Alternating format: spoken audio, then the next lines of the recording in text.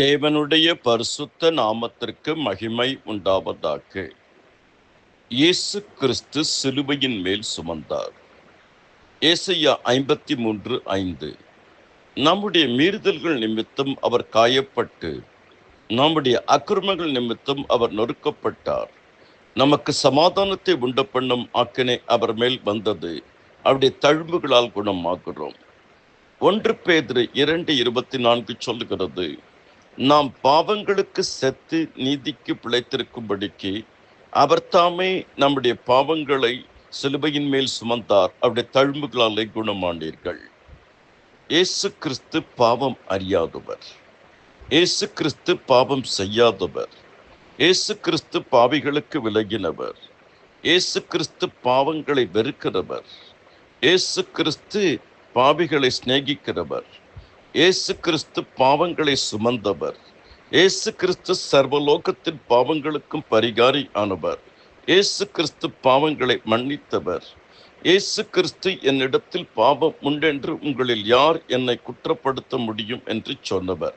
இப்படிப்பட்ட தேவன் சிலுவையின் மேல் பாவங்களை சுமந்தார், சிலுவையின் மேல் அக்கிரமங்களை சுமந்தார், சிலுவையின் மேல் மீறுதல்களை சுமந்தார், சிலுவையின் மேல் எல்லா விதமான கபடுகளையும் துரோகங்களையும் விரோதங்களையும் சுமந்தார், பாடுகளை சிலுவையின் மேல் சுமந்தார், துக்கங்களை சிலுவையின் மேல் சுமந்தார், சாபங்களை வியாதிகளையும் சிலுவையின் மேல் சுமந்தார்.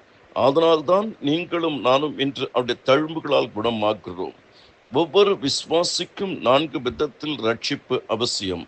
அந்த ரட்சிப்பை அவர் சிலுவையில் சிந்தின இரத்தத்தினாலும், அவருடைய வார்த்தையினாலும், அவருடைய நாமத்தினாலும், அவரை பற்றும் விசுவாசத்தினாலும் நமக்கு கிடைக்கிறது.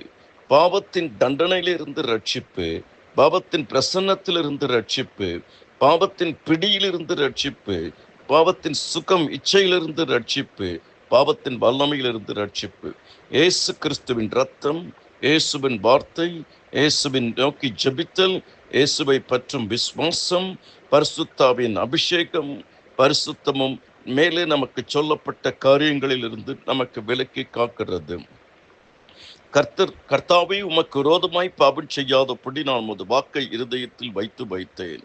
அவருடைய குமாரனாகிய இயேசு கிறிஸ்துவின் ரத்தம் சகல பாவங்களை நீக்கி நம்மை சுத்திகரிக்கும். கர்த்தராகிய இயேசு கிறிஸ்துவுடைய கிருபை உங்கள் அனைவரோடு கூட இருப்பதாக. ஆமேன், ஆமேன்.